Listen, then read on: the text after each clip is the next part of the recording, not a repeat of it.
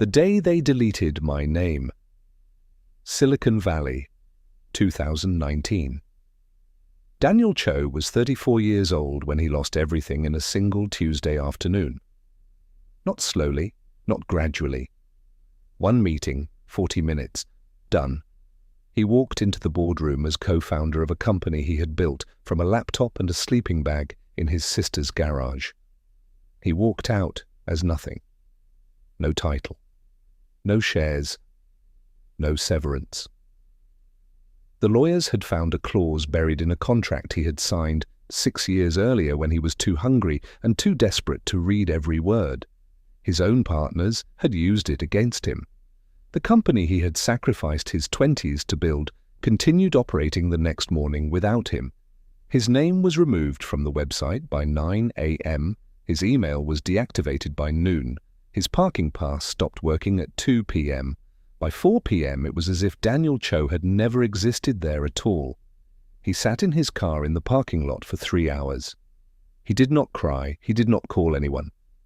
He just sat there watching people he had hired walk in and out of the building he had designed, laughing and carrying coffee cups, completely unaware or completely unbothered. He had one thought on repeat: they actually did it. The next 6 months were the kind of dark that changes a person permanently. His marriage took damage it never fully recovered from. His savings lasted 4 months. He applied to 67 companies and received 4 responses. 2 of those responses were rejections. 1 ghosted him. 1 offered him a junior position at a salary that would have been embarrassing at 24, let alone 34. The industry had quietly blacklisted him. His former partners had made sure of that. He learned later through a mutual contact that they had been calling people, telling a version of the story that painted Daniel as unstable, difficult, and the reason for every problem the company had ever faced. They had gotten ahead of the narrative before he even knew there was a narrative to fight. He had built the house. They had locked him out and told everyone he was a squatter. One night at 11 p.m., sitting on the floor of his half-empty apartment, Daniel opened his laptop and did something he had been avoiding for months. He started writing. Not a business plan, not a pitch deck, not a LinkedIn post carefully worded to make his situation sound like a transition opportunity. He just wrote the truth. What had happened, how it happened. What it felt like to have 6 years of your life erased on a Tuesday afternoon. What it felt like to build something real and watch other people take credit for every good decision while your name was attached to every mistake. He did not publish it, not yet. He just wrote it because he needed to survive the night. Over the next year, Daniel rebuilt in silence. No announcements, no updates, no inspirational posts about his journey. He had watched too many people perform their comeback before they had actually made one. He refused to do that. He worked from a coffee shop, then from a small rented desk in a shared office space. He ate the same cheap meal 4 nights a week to keep his expenses low. He took consulting calls at 6 a.m. for clients in different time zones. He said yes to work that was beneath his experience because beneath his experience still paid rent. He did not talk about what he was building, he just built it. 3 years after being erased from his own company's website, Daniel's new platform crossed 1 million users. He had not raised venture capital. He had not taken on partners. He had not asked for help from a single person in the industry that had quietly buried him. He had built it alone, in coffee shops on 4 hours of sleep, sustained almost entirely by something that does not appear on any balance sheet. Rage. Focused, patient, disciplined rage, the kind that does not explode, the kind that works. The week his platform hit 1 million users, a journalist published a profile on him. It got attention, a lot of it. His former company's stock dropped slightly that same week. Probably a coincidence.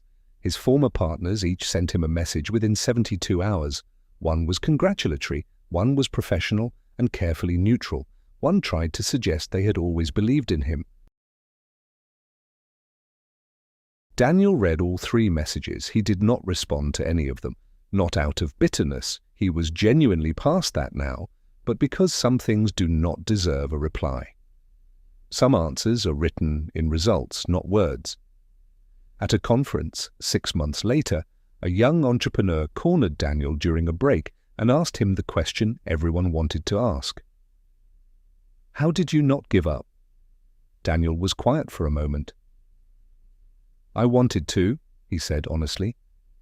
"Every week, for about a year, I had a serious conversation with myself about whether any of it was worth it.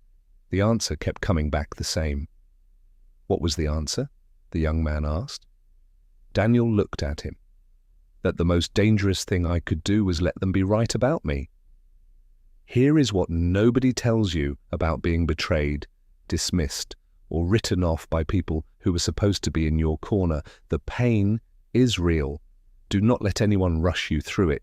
But on the other side of that pain is something extraordinarily rare: clarity. When you have lost everything, you stop caring about the wrong things with a speed that years of therapy and self-help books cannot manufacture. You stop caring about appearances, about status, about what people who do not matter think of decisions that are none of their business. You start caring only about the work.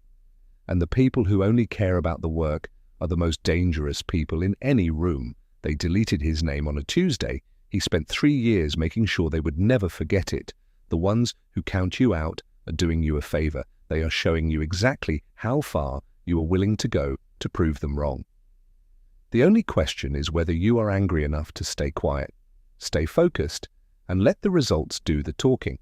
They will hear from you, just not yet. First, work.